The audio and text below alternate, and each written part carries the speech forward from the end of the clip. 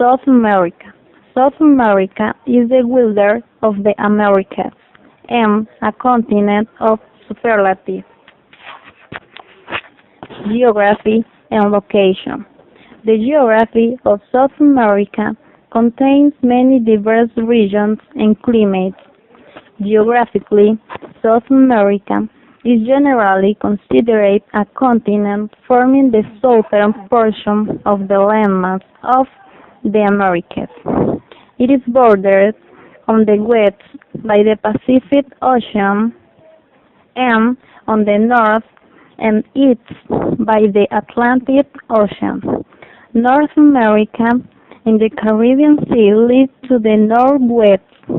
It includes 12 states: Argentina, Bolivia, Brazil, Chile, Colombia, Ecuador, Guyana, Paraguay, Peru, Suriname, Uruguay, and Venezuela.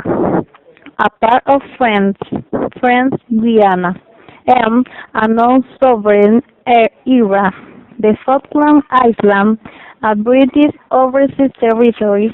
Speakers. The language of the South Americas can be divided into three large groups: the language of the colonial powers, indigenous language. The indigenous language of the Americas are spoken by indigenous peoples from Alaska and Greenland to the southern tip of South America.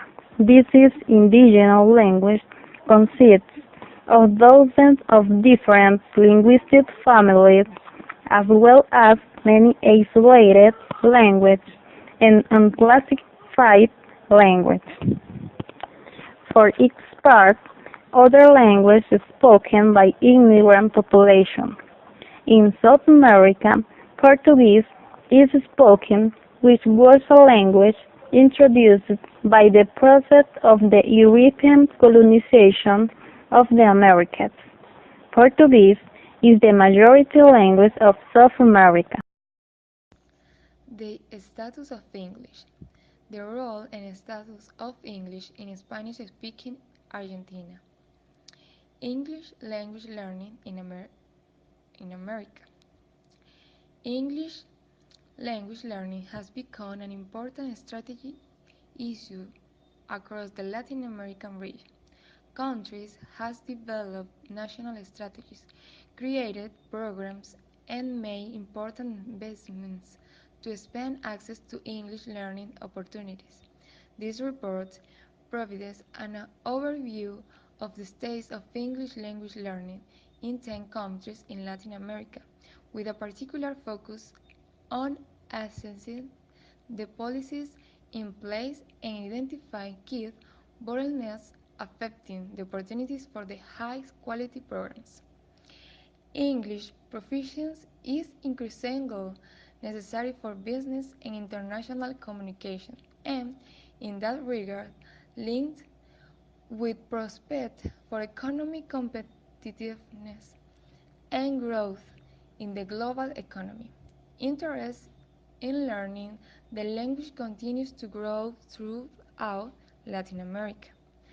The region has made considerable effort to improve English language learning through policies and programs, resulting in more people in the region having access to English language learning. English language learning policy. A well-developed policy framework is essential to guide English teaching and learning. An evaluation of the ELL policy framework of 10 Latin American countries, including Argentina, Brazil, Chile, Colombia, Costa Rica, Ecuador, Mexico, Panama, Peru, and Uruguay, demonstrates the advancements in ELL policies as well as the gaps and bottlenecks to improving English proficiency. Although gaps exist, overall the region demonstrates a strong legal foundation, Laws require the teaching of English in schools in 6 of the 10 countries, while English is encouraged as the mandatory foreign language in others. People across Latin America have enjoyed convenient access to primary education for more than 20 years, with fewer students repeating a grade or dropping out of primary school over the past decade. Adult literacy is also above 90% in almost every country in the region. Public spending on education has risen and currently in line with Europe as a percentage of GDP. Despite these successes and extensive economic and social ties to the United States and Canada, English proficiency levels in Latin America are still slightly below the global average. Across the region, teachers earn small salaries, receive inadequate initial training and support, and enjoy fewer professional development opportunities. In Brazil, teachers from other subject areas who do not have full course loads are often assigned to teach English classes, despite typically having no relevant training. Overcrowded schools teach children in shifts, shortening the school day and having little spare time for the review and practices necessary to learn English. In order to improve the English proficiency of their students, Latin American countries must first improve the English proficiency of their teachers and retraining those who do not meet expected proficiency levels will be a good start.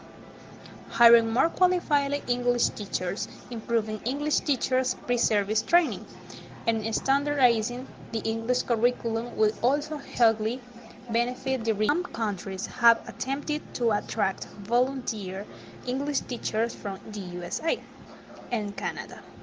A more productive alternative, which several countries are already exploring, is to send teachers and students to North America to improve their English and learn better teaching practices. Although these exchange programs will be significantly more expensive than designing effective English teachers training system at home, they are straightforward to implement and highly motivational for teachers who are selected to participate.